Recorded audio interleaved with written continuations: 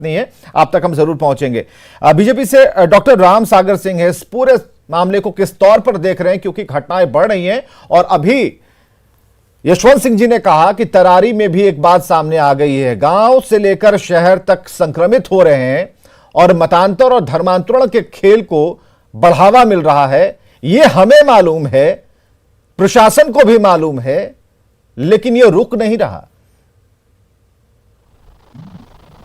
आप जब इसको देखेंगे कि धर्मांतरण कर करके मतांतरण ही नहीं करते हैं बल्कि उसका देशांतरण कर देते हैं, और ये लंबे समय से लोग लगे हुए हैं। इस देश में दो विचारधारा था। एक नेहरू जी ने उस चीज को जो सोमनाथ के मंदिर का जब जीर्णोद्धार हो रहा था, जब पटेल जी ने उसका ये करना शुरू किया तो रोक रहे थे। इस देश में दो तरह की शक्तियां शुरुआती दौर से ही रहा है। धर्मांतरण का विरोध पटेल ने किया था, धर्मांतरण का विरोध अंबेडकर जी ने किया, धर्मांतरण का विरोध लोहिया ने किया। ये सारे लोग धर्मांतरण का विरोध कर रहे थे, लेकिन कुछ अंतर्राष्ट्रीय शक्तियां थी जो मदर टेरेसा जैसे लोगों को सामने लाकर, और यहाँ जो शिक्षा और स्वास्थ्य में जो कमियां थी उस समय उस क्षेत्र में काम कर करके ये धर्मांतरण का खेल कर रहे थे, और धर्मांतरण में शिक्षा और स्वास्थ्य को हथियार बनाया था, और शिक्षा, स्वास्थ्य और इसके बाद अंधविश्वास को आगे कर करके ये लोग इस खेल को रचते रहे हैं। चूंकि मेरा मोकामा घर है और वहां चर्च को मैं जब से बचपन से ही देखता रहा हूं कि चर्च का खेल किस तरह से होता था, और चर्च में ये इसी तीनों हथियार को बना करके धर्मांतरण करवाया जाता है। उसके लिए हमारी सरकार ही नहीं बल्कि आरएसएस जैसी संगठन जो मेडिकल के क्षेत्र में भी, शिक्षा के क्षेत्र में भी अभी बहुत सारे हॉस्पिटल भी बनाए गए हैं, 18 ब्लड बैंक बनाए गए हैं। डॉक्टर राम सागर सिंह जी, ये कौन बताएगा उन्हें क्या नहीं मिल पा रहा? अच्छा काम कर, सवाल तो वही है ना कि उन्हें क्या नहीं मिल पा रहा। आखिर धर्मांतरण जो कराने वाले लोग हैं उनकी पृष्ठभूमि क्या है, उनका असल परिचय क्या है, ये कुछ तो, ये सारी बातें अब खुलकर सामने आ रही हैं। उन्हें क्या चाहिए, उन गरीब लोगों को क्या चाहिए? हम उसे जरूर कह रहे हैं कि वो अंधविश्वास में लिपटे हुए हैं, तो भाई अंधविश्वास की चादर है, उसे खींच डालिए। कैसे खींच पाएंगे, ये सोचना सरकार का काम है, ये सोचना वहां के जागरूकता संगठन जो चलाने वाले हैं उनका काम है, जो झंडा बरदार लोग हैं उनका काम है। तो हम मोदी जी कैसे हो जा रहे हैं, तो सवाल है। अब मोदी नहीं, मैं बता देता हूं, अब मोदी जी की सरकार जब से बनी है, पेट की ज्वाला को शांत करने के लिए उनके पेट का प्रबंध किया गया, उनके शिक्षा का प्रबंध किया जा रहा है, उनके स्वास्थ्य का प्रबंध किया जा रहा है। अब धर्मांतरण बड़े पैमाने पर जो हुआ करते थे, अब उसमें कमी आई है, और कमी ही नहीं कर करके बल्कि अब उसको रोकने का प्रयास किया जा रहा है। और कुछ समय में आप देखेंगे कि जगह जगह उसके लिए कानून भी बनाए जा रहे हैं। उसका जो ये चोला पहन करके जो करते हैं काम, उनको उजागर भी किया जा रहा है और उनके ऊपर केस भी किया जाएगा, क्योंकि बहुत सारे जगहों पर यह कानून भी बना दिया गया है कि आप धर्मांतरण करवाएंगे, आप लोभ दे करके।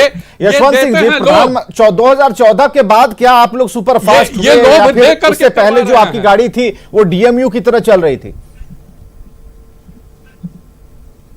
देखिए, दो चीज है। अब ये तो राजनीतिक बात है, इस पर हमारा कोई टिक्का टिप्पणी विशेष तौर पर नहीं होगा। मेरा यह स्पष्ट मानना है कि मेरा संगठन क्या कर रहा है और मेरे संगठन का स्टैंड क्या है, यह बड़ा क्लियर कट पिक्चर है। तो हमारा जो संगठन है उसको लेकर अभी हम लोग काफ़ी जगहों पर, अभी आपको जानकारी नहीं होगा, अब चूंकि हम लोग इस बात को उठाना प्रारंभ किए हैं तो ये लोगों को जानकारी में आना प्रारंभ हुआ है। नवादा में 25 ऐसा गाँव है जो कंप्लीट ईसाई हो गया है। अब आपकी घटना एक बताएं, आपके बगल में कुल्हड़िया है, कुल्हड़िया गांव में जितने जो दलित जिनको लोग बोलते हैं वो सारे लोग बन गए हैं, ईसाई बन गए हैं। उसका कारण है ना, उसको बीच में हम लोग अब जा रहे हैं, लोगों को बता रहे हैं कि भैया आप दलित नहीं हैं। ये तो एक नैरेटिव गलत ढंग से सेट कर दिया गया। यह देश के आज़ादी के बाद कांग्रेस ने किया, अन्य लोगों ने किया, नैरेटिव सेट किया। वो दलित कहाँ है, वो तो हिंदू हैं, कोई दलित नहीं है। और हमारे हिंदू समाज में दुनिया के अंदर एक ऐसा कम्युनिटी है जिसका हर जाति के लोग कहीं ना कहीं किसी न किसी राज परिवार से जुड़े हुए लोग हैं, चाहे वह किसी भी राज परिवार से हों, वो तो दलित है नहीं। कुछ 800 साल के जो कालखंड है उसके अंदर जो जितनी हुआ है, जो उस ढंग से मानसिकता बना दिया गया है। और दुर्भाग्य देखिए आप, आज़ादी के बाद पहले 4 शिक्षा मंत्री आपके विधर्मी रहे हैं लोग। हम लोग विधर्मी कहने में कभी घबराते नहीं हैं।